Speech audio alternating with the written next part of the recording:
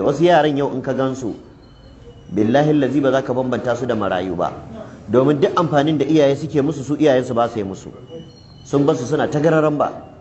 Ka samu uba yana da mata biyu, yana da 'ya'ya uku hudu, amma bai san cin su ba, bai shan su ba, yana can yana yawon banza, kuma wai jira yake ya tsufa su zo su rike shi, ya tsufa su zo su yi masa hidima, shi kuma suna yara bai musu hidimar ba. Kaga irin waɗannan yaran ba su san daɗin uba ba, in ma ubansu ya mutu su ba za su ɗauka ma an musu wani rashi ba, saboda daman da shi da babu shi bambancin kaɗan ne so a wajensu. Bambancin shi da babu shi kawai suna ganinsa lokacin da yake nan, da babu shi kuma ya mutu sun daina ganinsa, amma wani amfani da uba ke wa 'ya'ya shi baya musu. To irin wannan ne za ka ga mutum ya kwanta jiya iyalansa ko kula da shi ba sa yi, da ma zai mutu murna za su yi, sai dai ba za su fito su nuna ba a fili, amma a zuciyarsu fata suke ma gwanda ma ya mutu. To in kana so kada ƙarshen ka ya zama irin haka, ka tsaya tukuru ka kula da iyalanka, kuma ka san ibada kake yi. Duk wani abu da za ka yi na hidimar iyali ya fi duk wani abu da za ka yi a duniya. Da ka zo ka gina masallaci gwanda a ƙoshi a gidanka, domin gina masallaci ba wajibi bane a kanka, in kai ba kai ba wani ya ɗauke maka, amma gidanka ba wanda zai kai abinci a ci in ba kai ba. Wai wannan na buga muku da kololuwan misali kenan, ba dai kololuwar aikin ibada ka zo kana kula da masallaci da kuɗinka ba, to a ci abinci a gidanka ya fi ka zo ka gina masallaci. To ballantana kuma a same ka kana wani aikin banza, wani shashanci can na wofi, iyalanka suna cikin yunwa, suna cikin fatara, suna cikin bukatarka, kana da damar ka kula da su, ka ƙi ka kula da su, to Allah ba zai kyale ka ba, domin farko wanda ka fara ketawa haddi shine ubangijin da ya dora maka nauyin, sannan ka ci amana. Ai da ka san ba za ka iya kula da su ba, dan me ka yadda ka kawo su, dan me ka yadda ka je ka auro ta daga gidansu, ka rabo ta daga iyayenta, ka zo ka tozarta ta. Da tana zamanta ita kadai ba ta da damuwa, yanzu ka zo ka haihayafar da ita, ka sa ta haifi 'ya'ya, kuma ka san uwa ba za ta taɓa iya tsallakewa ta bar waɗannan 'ya'yan ba, yanzu ka ƙara mata matsalar rayuwa, kuma kai babu ruwanka, ka shallake.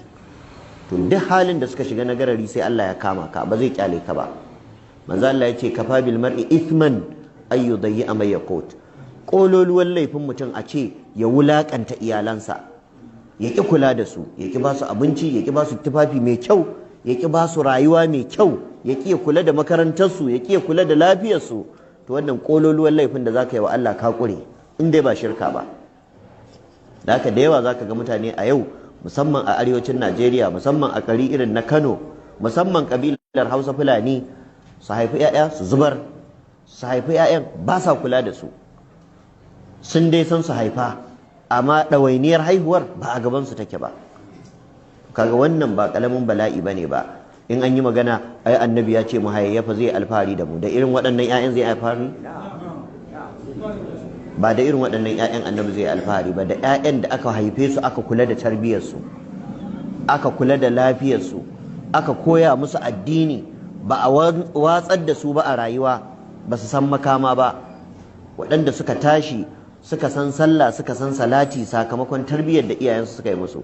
Amma ba 'ya'yan da iyayensu suka watsar da su ba, a ƙarshe suka zama 'yan ganye, 'yan sholisho, 'yan jagaliya, 'yan sara suka, masu sace-sace, saboda ba su da abin da za su yi sama da haka. Abin da iyayensu suka koya musu kawai za su iya yi a rayuwa kenan. Domin duk ɗan da baka kai shi makaranta ba, baka kula da addininsa ba, baka kula da tarbiyyarsa ba, duk abin da ya zama kamar kai ka saita shi ya zama wannan.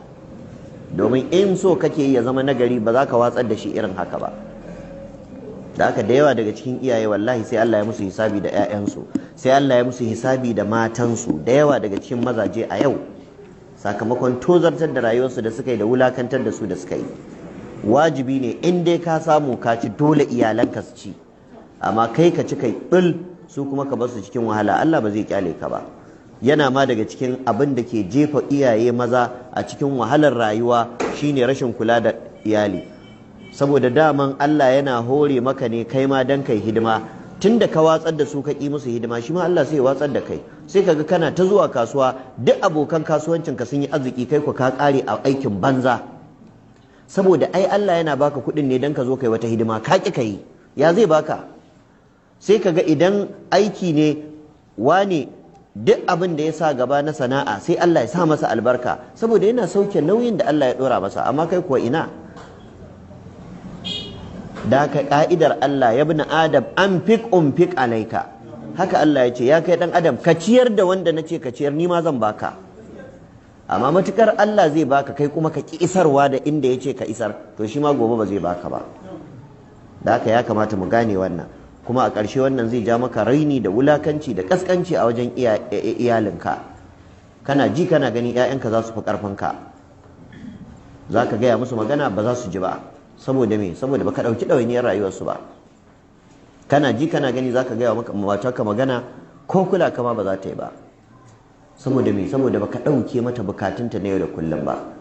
Da haka iyaye maza ku kula da wannan kwarai da gaske. To da haka manzo Allah sallallahu alaihi wasallam ya ce kina da lada biyu, ladan kusanci da kuma ladan sadaka. To sannan na Ummu Salama ta ce ka san ba zan bar ‘ya'yana su rinka kai kawo ba babu kulawa, abin nufi ni ba zan haifa inyar ba, ni kan zan kula da ‘ya'yana. Inna ma hiya baniya domin ‘ya'yana ne, inna ma hum baniya domin ‘ya'yana ne. Kenan haƙƙin uba ko uwa kulawa da ‘ya'ya, kar a basu suna watan gaririya a rayuwa. Ƙala sai manzo Allah ya ce da na Ummu Salama na'am laki ajaru ma anfaqti alaihim, kuma za ki samu lada na duk abin da kika yi musu. Ashe kenan hatta iyaye in suka kula da 'ya'yansu lada suke samu, ibada suke yi. Yana daga cikin abin da ke sa waɗansu suke watsar da iyalan, saboda asali ma jahilai ne, ba su ɗauka ɗawainiyar iyalai ibada ba ce. Wani ya ɗauka al'ada ce, shi bahaushe ne, da haka da safe in kana da kuɗi ka bayar, in baka da shi ka ce ni ma kin gaba komai, ya yi tafiyarsa. Ya ɗauka gargajiya ce, ya ɗauka al'ada ce, ibada ce. Yadda sallar safe ko asuba ta zama wajibi a kanka, haka ciyar da iyalanka abincin safe yake wajibi a kanka in dai kana da hali. In kai sallar asuba ka fita gida ka bar su da yunwa, ka saba wa Allah.